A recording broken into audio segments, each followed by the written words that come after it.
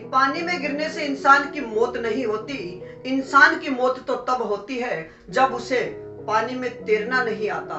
ठीक उसी प्रकार परिस्थितियां इंसान की समस्या नहीं होती, लेकिन इंसान को अगर परिस्थितियों से निपटने का साहस नहीं तो वो परिस्थितियां भी समस्याएं बन जाती है।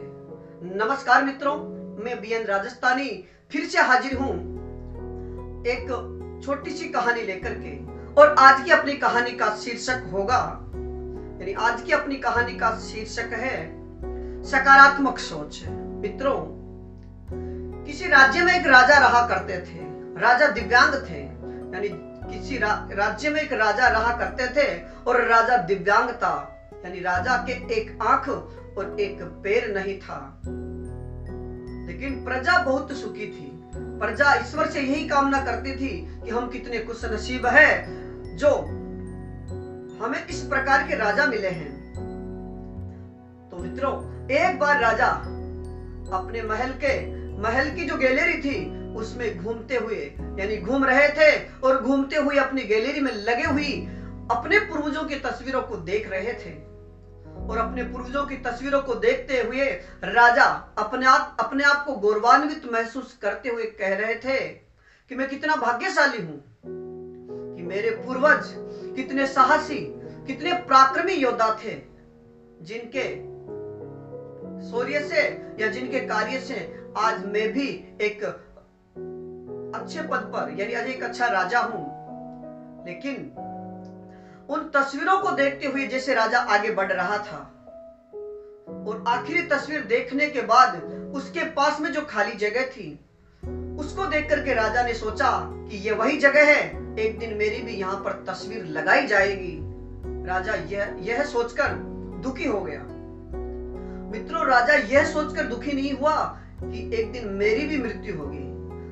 बल्कि राजा यह सोचकर दुखी हुआ कि मेरी यहाँ पर जो तस्वीर लगाई जाएगी वह तस्वीर कितनी बदसूरत होगी, क्योंकि मैं दिव्यांग हूं, मेरे एक आंख नहीं है, एक पैर नहीं है, और इसके बाद मेरी जो तस्वीर बनाई जाएगी वह तस्वीर कैसी होगी। यह सोचकर राजा ने सोचा, यानी यह देख करके राजा ने सोचा कि अगर मुझे अपने जो तस्वीर है वो बनवाकर देखनी चाहिए कि यहाँ पर लगने वाली जो तस्वीर है वो कैसी लगेगी।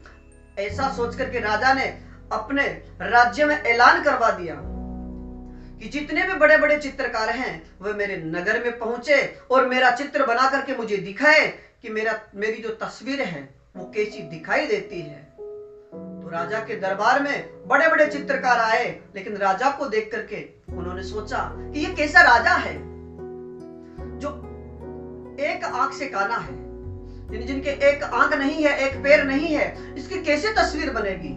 वो डर रहे थे कि अगर तस्वीर में थोड़ी सी भी कमी रह गई और राजा को वो तस्वीर अच्छी नहीं लगी तो राजा क्रोधित हो जाएंगे और मुझे मृत्यु दंड दे दिया जाएगा।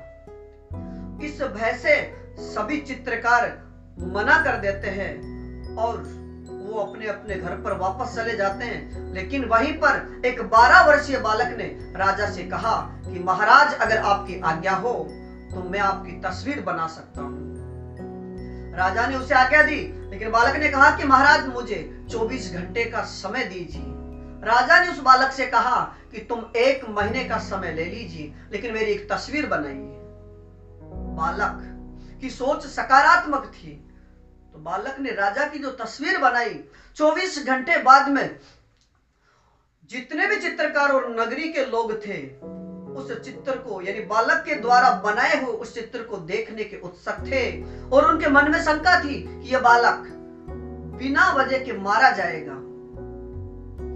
और जैसे ही बालक 24 घंटे बाद में राजा की तस्वीर लेकर के राजा के दरबार में पहुंचता है, बड़े बड़े चित्रकार, पूरी नगरी के लोग वहां पर इकट्ठे हो गए और राजा ने जब उस बालक के द्वारा बनाई हुई तस्वीर को देखा तो राजा